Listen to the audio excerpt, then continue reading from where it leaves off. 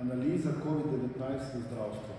Dokument, ki ga imam jaz tukaj, dokument smo v kabinetu ministra pripravili 2 meseca in zdaj podatke imamo.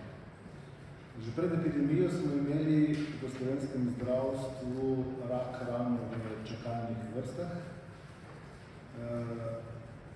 Tudi na to temo smo močno ugriznili. Akcijski načrt, ki je bil predstavljen, ga sedaj izvajamo, implementiramo.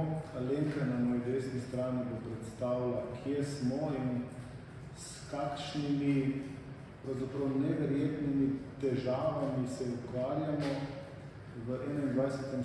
stoletju sredi digitalizacije, kako je bilo to vodeno. Moj levi je Aleš, ki ga seveda zdaj že poznate, ker je vedno ob meni, ki bo predstavil, kaj bomo na tem delu naredili. Meni samo dovolite v kratkem, da vam predstavim, zakaj vse to delamo, zakaj je tako važno, da uredimo čakalne vrste, zakaj je tako važno, da imamo zakon, zakaj je tako važno, da sistem poženemo na raven z leta 2019. Po analizi, ki smo jo naredili in, kot sem rekel, bo predstavljena, v bistvu smo želeli prikazati vpliv izbruha in širjenja COVID-a na opravljanje zdravstvenih storitev. V analizo smo dojeli dostopnost do zdravnika na primarni ravni zdravstvene dejavnosti, se pravi družinskih zdravnikov, pediatrov, preventive, tudi pri otrocih.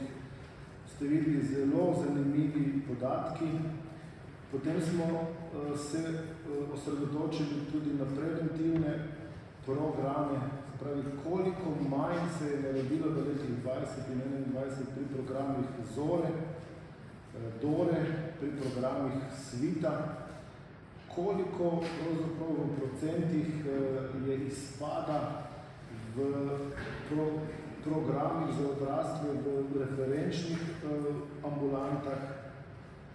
Tisto, kar je bilo redko objavljeno in videno, je vpliv epidemije COVID-19 na novo odkrite kronične bolezni. Mi smo se opredelili na arterijsko hipertenzijo, sladkorno bolezen, kronično obstruktivno pljučno bolezen. Ko boste dobili te podatke in jih boste, upam, da posredovali, tako kot je to potrebno, boste videli, kaj nas čaka v prihodnjih 2, 3, 4, 5 letih, ko se bo bumerang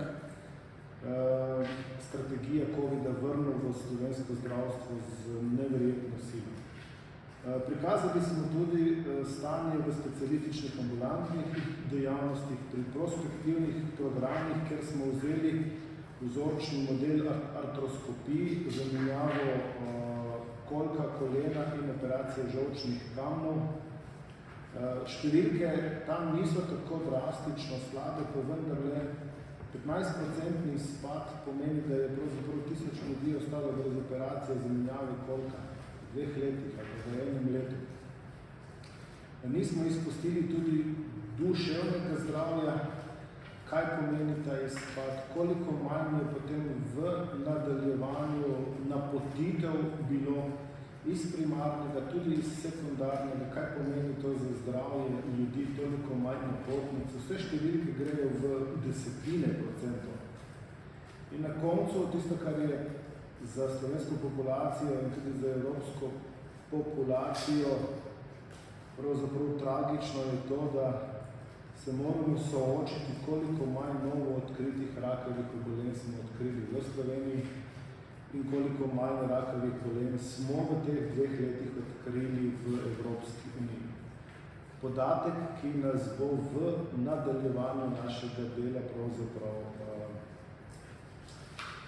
prizadel v smislu, da moramo okrepiti zdravstveni sistem bistveno bolje, kot je bil ta leta 2019, da bomo to, kar nas čaka leta 2022, 2023, 2024 in najverjetneje še 2025, če se grdo izrazim, da bomo COVID-ni rep lahko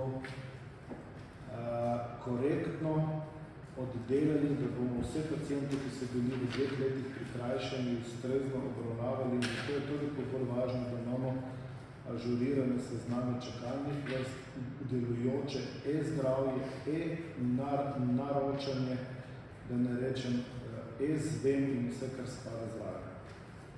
V zaključku, zato vam bomo tudi posredovali, žal, je COVID-19 pomembno vplival na izvajanje zdravstvene dejavnosti na vseh ravneh zdravstvenega varstva.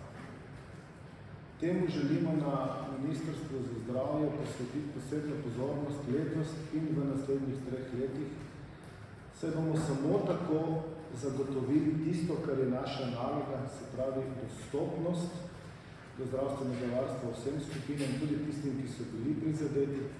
Urediti želimo, se pravi tako imenovani long COVID, posledice COVID-a in rehabilitacijo COVID-nih bolnikov. Najkasneje bomo to umestili v splošni dogovor za leto 2023 kot novo entiteto v slovenskem zdravstvenem sistemu.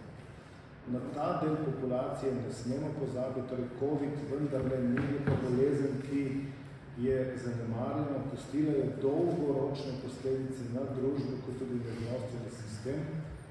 Kot rečeno, s podatki tudi to zdaj kažemo in zato vse to sedaj delamo. Korak po koraku, kot smo omenili.